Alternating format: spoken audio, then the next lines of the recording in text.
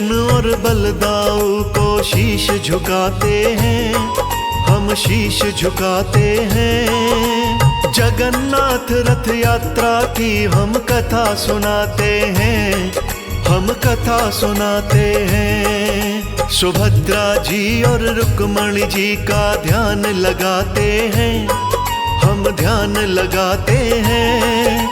जगन्नाथ रथ यात्रा की हम कथा सुनाते हैं, हम कथा सुनाते हैं। रथ यात्रा बड़ी महान, सब कहते वेद पुराण।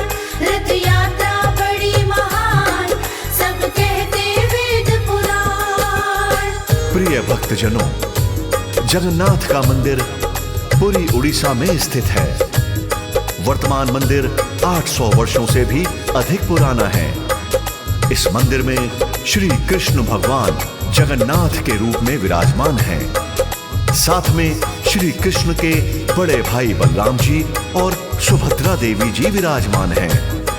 इस मंदिर में तीनों की पूजा होती है।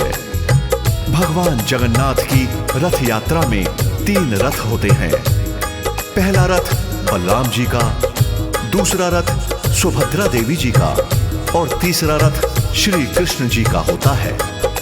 इन तीनों रथों का निर्माण अक्षय तृतीया से शुरू हो जाता है। तो भक्तजनों, रथों का निर्माण किस प्रकार होता है, आइए इस कथा के माध्यम से सुनते हैं।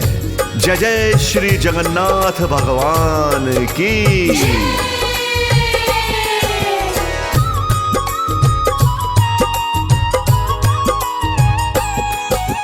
शुरू होता निर्माण रथों का अक्षय तृतीया पर।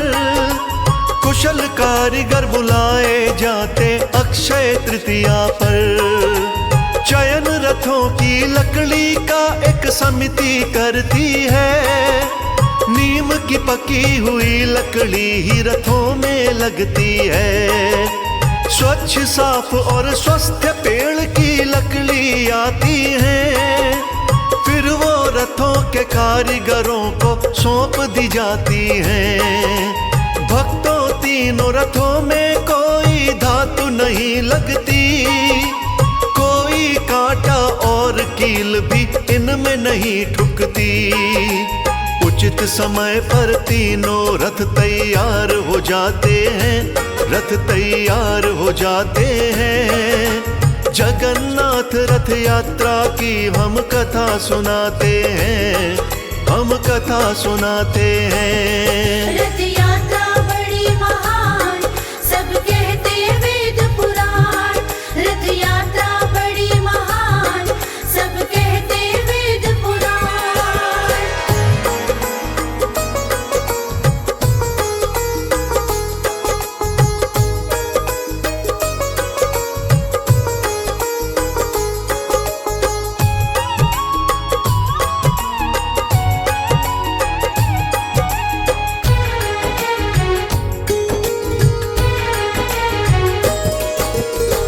करके जब तीनों रथ तैयार हो जाते हैं, छर पहनरा नाम का एक अनुष्ठान मनाते हैं। उस दिन पुरी के गणपति जी पालकी से आते हैं।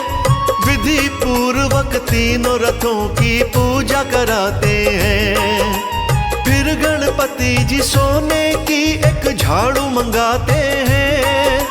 रथ मंडप और रथ के पथ को साफ कराते हैं। शुरू होती है रथ की यात्रा दूज तिथि के दिन।